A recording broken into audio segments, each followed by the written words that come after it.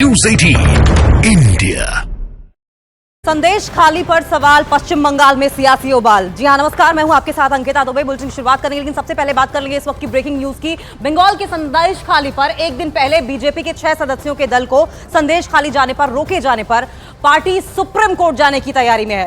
BJP राष्ट्रपति से मिलने भी वाली है। संदेश खाली में कई महिलाओं ने फरार टीएमसी नेता शाहजहां शेख पर उनका यौन शोषण करने का भी आरोप लगाया है। इस तरह के गंभीर आरोप अब महिलाओं द्वारा लगाए जा रहे हैं और उसी मामले की जानकारी जुटाने के लिए बीजेपी की कमेटी कल संदेश खाली जा रही थी, लेकिन पुलिस ने उन्हें बीच में रास्ते से वापस लौटा दिया और उसके बाद बीजेपी के सदस्यों ने बंगाल के राज्यपाल से सरकार और पुलिस की शिकायत की थी और अब बीजेपी कोर्ट का रुख करने वाली है।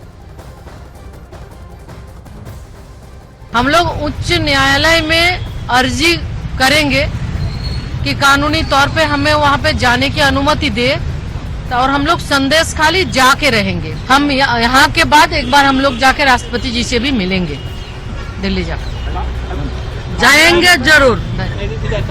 संदेश खाली जाएंगे।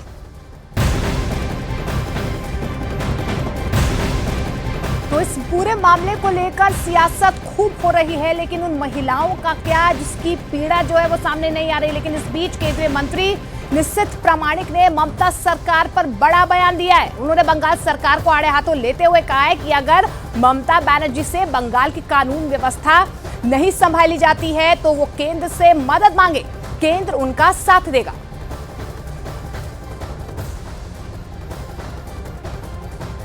तो देखिए, लगातार यहां पर अब ममता सरकार को घेरा जा रहा है। बीजेपी की तरफ से प्रदर्शन किए जा रहे हैं। कल जिस तरीके से 6 सदस्य कमेटी पहुंची थी, उन्हें जाने नहीं दिया। अब सुप्रीम कोर्ट तक वो कमेटी जाएगी। लेकिन इस बीच आप देखिए किस तरीके से वार पलटवार की राजनीति इस पूरे मामले में गर्माती हुई नजर आ रही है।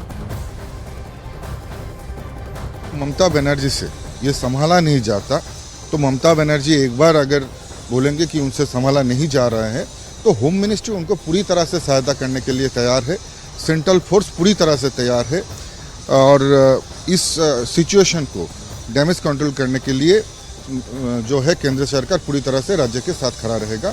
और अगर शेख शाहजहां और ये जो सभी दुष्कृति है इनको ढूंढने में भी उनको केंद्र का मदद चाहिए, वो भी केंद्र करने के लिए प्रस्तुत है।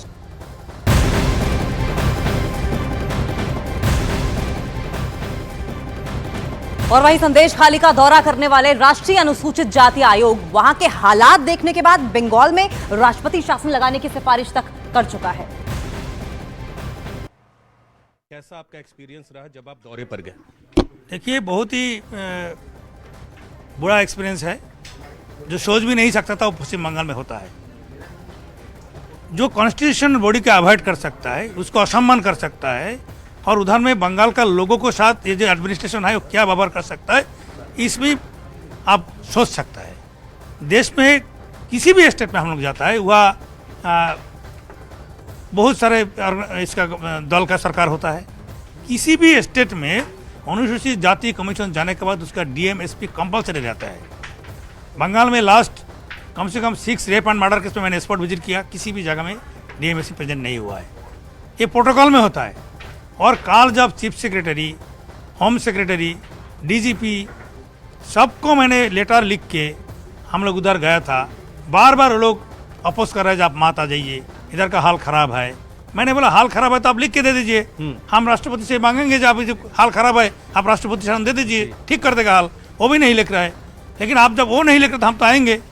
तो हम पहुँच गया और हम लोग को जानकारी था वो लोग हमारे लिए कुछ व्यवस्था नहीं करेगा, तो हम लोग अपना व्यवस्था करके हम लोग 10 गाड़ी पूरा होटल रूम बुकिंग करके हम लोग पूरा टीम लेके कमीशन जाकर पहुंच गया था। बहुत कोशिश किया था इधर उधर घुमाने का, लेकिन हमारा सोर्स था और उसी सोर्स लेके हम लोगों के पास पहुंच गया और लोगों से जो बातचीत सुना वो बहुत भयंकर है। महिला के ऊपर जिस टाइप के अत्याचार वो लोग मिल के कर रहे हैं और उसको पॉलिटिकल पार्टी के स्टम्प लगा के कर रहे हैं, पार्टी ऑफिस में बुला के कर रहे हैं, ये बहुत शर्मिंदे का बात है। तो इसलिए हम लोग जो रिपोर्ट बनाया है उधर में पुलिस अधिकारी, बड़े अधिकारी मौजूद रहने के बावजूद भी कमीशन का अवॉइड किया है। उसके बाद हमारा पास कोई रास्ता नहीं था। जो रिपोर्ट दी है आपने, मुलाकात करके रिपोर्ट दी, उस रिपोर्ट में मुख्य सिफारिश क्या है? वो रिपोर्ट में मुख्य सिफारिश यही है कि अभी उन्होंने कमीशन एडमिनिस्ट्रेशन एंड क्रिमिनल मिल के जो काम कर रहा है, लोगों को बसने का कोई जगह नहीं है। क्या महामहिम ने आपको आश्वासन दिया अपनी रिपोर्ट? उन्होंने हमारा बात सुना है और उन्होंने भी सहमत भी है। उन्होंने बोला है इस टाइप का बात तो हम भी सुन रहे देख रहे, और आपने जो रिपोर्ट दिया है इस पर चर्चा करके हम जरूर कुछ कार्रवाई करेंगे। हमसे बातचीत करने के लिए धन्यवाद। कैमरा पर्सन कमल देव के साथ नीरज कुमार, न्यूज 18 इंडिया, दिल्ली।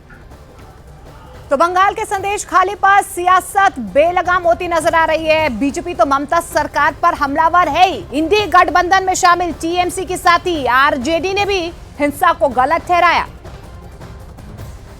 संदेश खाली में डर का माहौल है, इसमें कोई शक नहीं। और अफसोस ये कि वहाँ की मुख्यमंत्री एक महिला है और वहाँ की महिलाओं में डर का माहौल है। अपनी कंप्लेंट दर्ज नहीं कर पा रही वहाँ की महिलाएं। उनको ये डर है कि कंप्लेंट दर्ज करने के बाद उनके साथ क्या दुर्व्यवहार होगा, क्योंकि जो पहले हुआ वह शर्मसार करने वाला है। प्रेसिडेंट रूल तो अतिरेक है, इसके पीछे की राजनीति हम समझते हैं, लेकिन किसी भी स्थिति में हिंसा किसी भी फॉर्म की उसकी स्वीकारोक्ति नहीं हो सकती लोकतंत्र में, चाहे कोई भी राज्य हो, बीजेपी शासित या गैर बीजेपी शासित। लेकिन उसके लिए नजरिया साफ होना चाहिए। पॉलिटिकल चश्मे से अगर आप हर वारदात को देखेंगे ना, कुछ हासिलात नहीं होगा।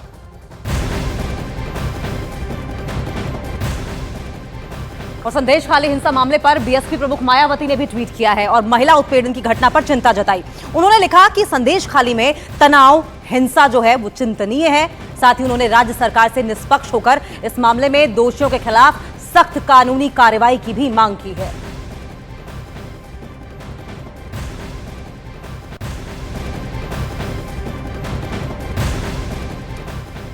और बड़ी खबर आपको बता दें, इस पूरे मामले को लेकर सियासी उथापतल तो हो ही रही है, लेकिन इस बीच आपको बता दें कि चुनाव से पहले आंध्र प्रदेश से बड़ी खबर सामने आ रही है। खबर है कि बीजेपी और टीडीपी ने लोकसभा और विधानसभा चुनाव लड़ने पर समझौता कर लिया है, समझौता हुआ है।